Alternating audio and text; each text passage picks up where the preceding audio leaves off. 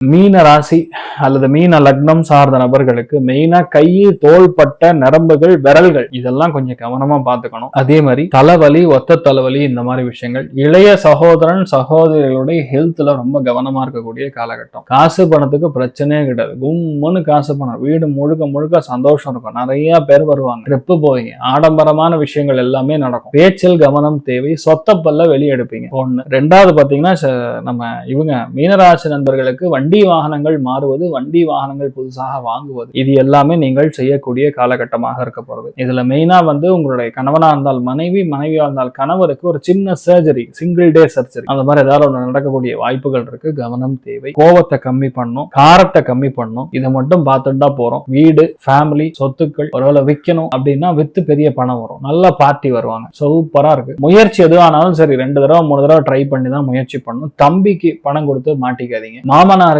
பணம் கொடுத்து மாட்டிருக்காதீங்க. அதே மாதிரி அவங்க ஹெல்த்லயுமே கொஞ்சம் கவனமா இருக்கக்கூடிய ஒரு காலகட்டம். மற்றபடி மீனராசி நண்பர்களுக்கு உங்க ஹெல்த் நல்லா இருக்கும். பெரிய பிரச்சனை உங்களுக்கு இருந்தா கூட நிவர்த்தி ஆகும். மன வலிமை அதிகரிக்கும். எடுத்த காரியங்கள் பெரிய அளவுக்கு ஜெயிக்கும். அமோகமான ஒரு காலகட்டம். முழு தெய்வ அனுகிரகத்தோடு இருக்கக்கூடிய அற்புதமான ஒரு டைம் பீரியட்ல உங்களுக்கு போகிறது. ஸோ இந்த காலகட்டங்கள்ல நீங்க என்ன பண்ணணும், நரசிம்மர், உக்ர நரசிம்மரை பார்த்துட்டு வரணும். வெள்ளிக்கிழமை காத்தால உக்ர நரசிம்மரை பார்த்துட்டு வந்தீங்கன்னா எல்லா காரியங்களும் ரொம்ப நல்லா அமோகமா இருப்பீங்க. ஸோ சந்தோஷம் சொல்றது 90, பொருளாதாரம் 80. நீங்கள் வழிபாடு செய்ய வேண்டிய தெய்வம் உக்ர நரசிம்மர் வழிபாடு ஏற்றத்தை கொடுக்கும்.